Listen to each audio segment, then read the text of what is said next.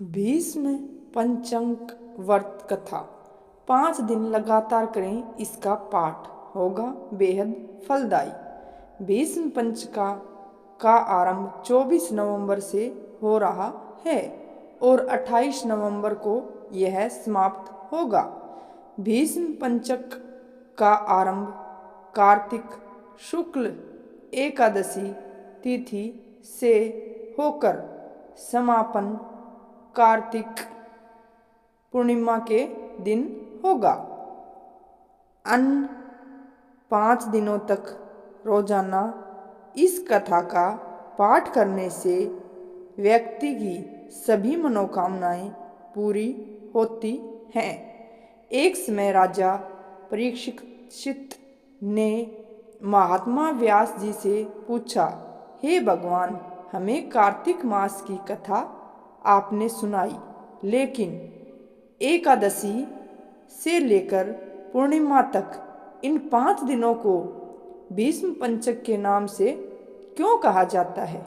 इस संबंध में हम जानना चाहते हैं और इन दिनों के व्रत करने वाले को क्या लाभ होता है। महात्मा व्यास जी ने कहा, हे परीक्षित, सुनो। कुछ समय पहले कानपुर में बहुत ही निर्धन सोमेश्वर नाम का ब्राह्मण रहता था। उसका शरीर बहुत ही कमजोर था, परंतु वह भगवान विष्णु का भक्त था। कार्तिक मास में वह रोज गंगा स्नान करता और भगवान विष्णु का पूजन करता। पर एक दिन वह शरीर से पीड़ित होते हुए भी गंगा स्नान करने गया, पर उससे घाटों की सीढ़ियां उतरी नहीं जाती थी। किसी तरह वह उतरकर गंगा जी तक पहुंच ही गया और गंगा स्नान कर वहीं पर बैठकर संध्योपासना करने लगा। वहीं पर वृद्ध ब्राह्मण के रूप में भगवान अपने भक्त पर कृपा करने के लिए बैठे हुए थे।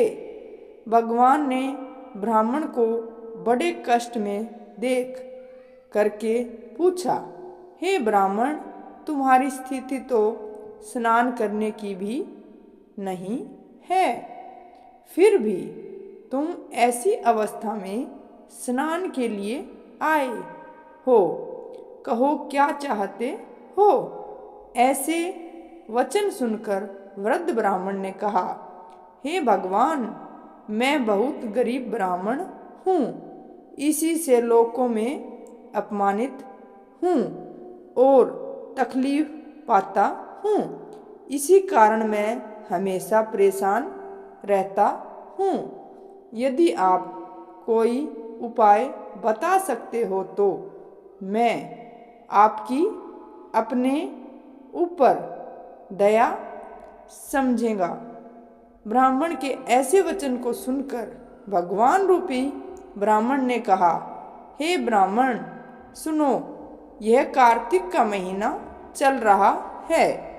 इसमें शुक्ल पक्ष की एकादशी से लेकर पूर्णिमा तक जो यह 5 दिन हैं, इनको भीष्म पंचक के नाम से पुकारा जाता है। 5 दिनों में तुम गंगा के पुत्र महात्मा भीष्म को जलदान दो और गंध अक्षत पुष्प से उनका पूजन करो और भगवान विष्णु की पूजा तुलसी पुष्प आदि से करो। इससे तुम्हारा सब कष्ट दूर हो जाएगा और तुम अंत में विष्णु लोक में निवास करोगे। हे ब्राह्मण, महाभारत की लड़ाई में जब महात्मा भीष्म सरसेया पर सोए हुए थे, उस वक्त अपने प्रिय अर्जुन को उन्होंने सब प्रकार का राजधर्म, व्यवहार धर्म, ज्ञान धर्म कहा था। उस समय अर्जुन के सखा कृष्ण वहीं पर थे। जब भीष्म से कृष्ण ने कहा कि हे पितामह, जो मनुष्य कार्तिक मास के शुक्ल पक्ष की एकादशी से लेकर पूर्णिमा तक तुम्हारे नाम से जल देगा और आपकी पूजा करेगा, वह पूजा में स्वीकार करूँगा और उसके सब कष्ट दूर करूँगा। अतः हे ब्राह्मण, तू इस भीष्म पंचक में महात्मा भीष्म का पूजन कर। इसके करने से तेरे सब कष्ट दूर हो जाएंगे। उसके बाद उस ब्राह्मण ने भीष्म पंचक का व्रत किया और सब सुखों को प्राप्त करता हुआ अंत में विष्णु लोक में गया। इसलिए कार्तिक मास में महात्मा भीष्म का व्रत भी अवश्य करना चाहिए। इससे सर्व आनंद प्राप्त होता है और अंत में मोक्ष की प्राप्ति होती है।